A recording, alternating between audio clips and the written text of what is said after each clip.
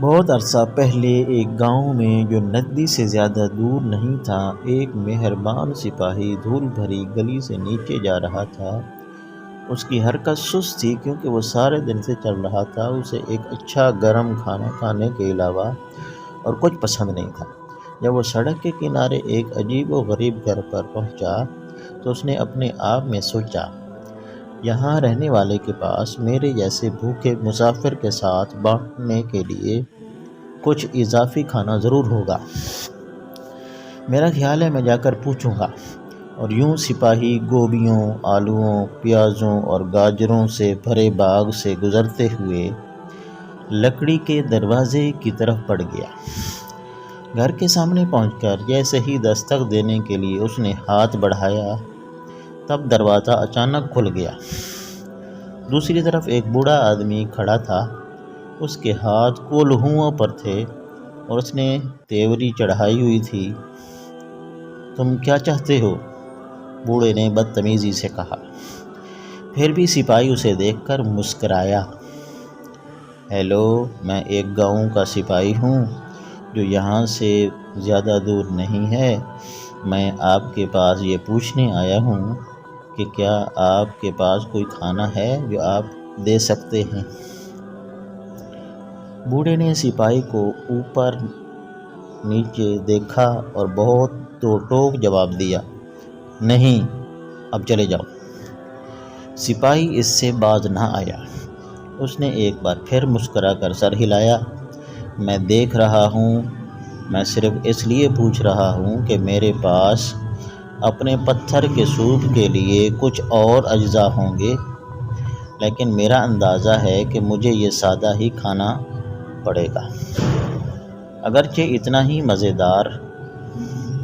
بوڑھے نے بھویں اچکالیں۔ پتھر کا سوپ؟ اس نے پوچھا۔ جی جناب، سپاہی نے جواب دیا۔ اب اگر آپ مجھے جانے کی اجازت دیں گے۔ سپاہی راستے کے بیچ میں چلا گیا اور اپنے سامان میں سے ایک لوہے کی دیگچی نکالی۔ ایک بار جب اس نے پانی سے بھر لیا تو اس کے نیچے آگ لگانے لگا۔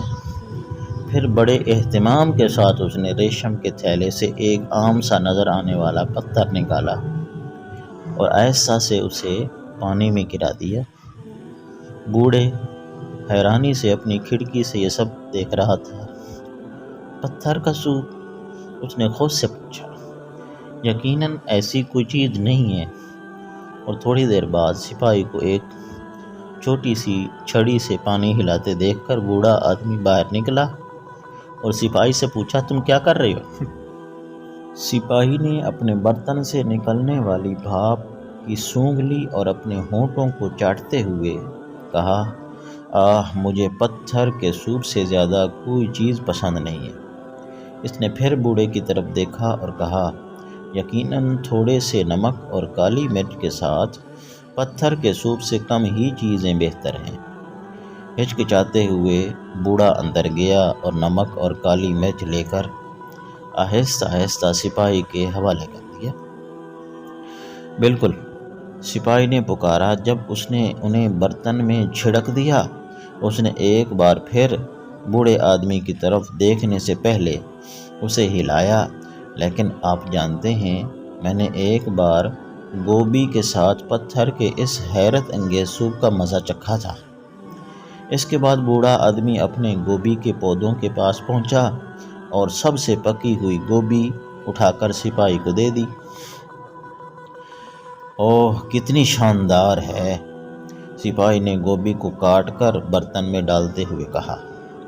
اس نے برتن کی ایک گہری سونگھ لی اور بوڑھے سے کہا، تم جانتے ہو، یہ چند گاجروں کے ساتھ بادشاہ کے لیے سوپ ہوگا۔ بوڑھے نے سوچتے ہوئے کہا، مجھے لگتا ہے کہ میں کچھ گاجر لا سکتا ہوں۔ اور وہ گاجروں کے پاس گیا اور مٹھی بھر توڑ لایا۔ جب اسے گاجریں پیش کی گئیں تو سپاہی بہت خوش ہوا۔ اس نے انہیں کاٹ کر ایک بار پھر برتن کو ہلایا اور یوں چلتا رہا۔ بوڑھا آدمی برتن کی خوشبو سے خوش ہونے لگا۔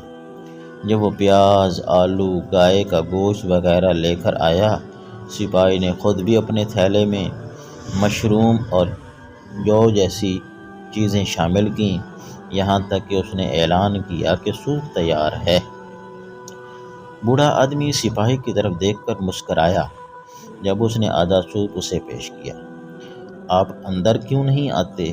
میرے پاس آج صبح بیکری سے سیدھی لائی گئی ہے تازہ ڈبل روٹی جو پتھر کے سوپ کے ساتھ مزیدار ہوگی، اس نے شفقت سے کہا۔ اور اس طرح بوڑھے آدمی اور سپاہی نے مل کر ایک شاندار کھانا تیار کھایا۔ سپاہی نے اپنے تھیلے سے دودھ کا ایک ڈبہ نکالا اور وہ بھی شیئر کیا۔ بوڑھے آدمی نے سپاہی سے اتفاق کیا کہ سوپ اس سے بہتر تھا جو اس نے پہلے کبھی چکھا تھا۔ یہ اس وقت تک نہیں ہوا تھا جب تک کہ سپاہی نے اسے ریشم کا تھیلا نہیں دیا تھا جس میں پتھر تھا۔ بوڑھے کو حقیقت معلوم ہو گئی، یہ وہ پتھر کبھی نہیں تھا جس نے مزیدار سوپ بنایا ہو، بلکہ مل کر کام کرنے اور فراخ دلی سے وہ سپاہی دونوں ایک ایسا لذیذ کھانا بنانے میں کامیاب ہو گئے تھے جسے وہ اپنے درمیان شیئر کر سکتے تھے۔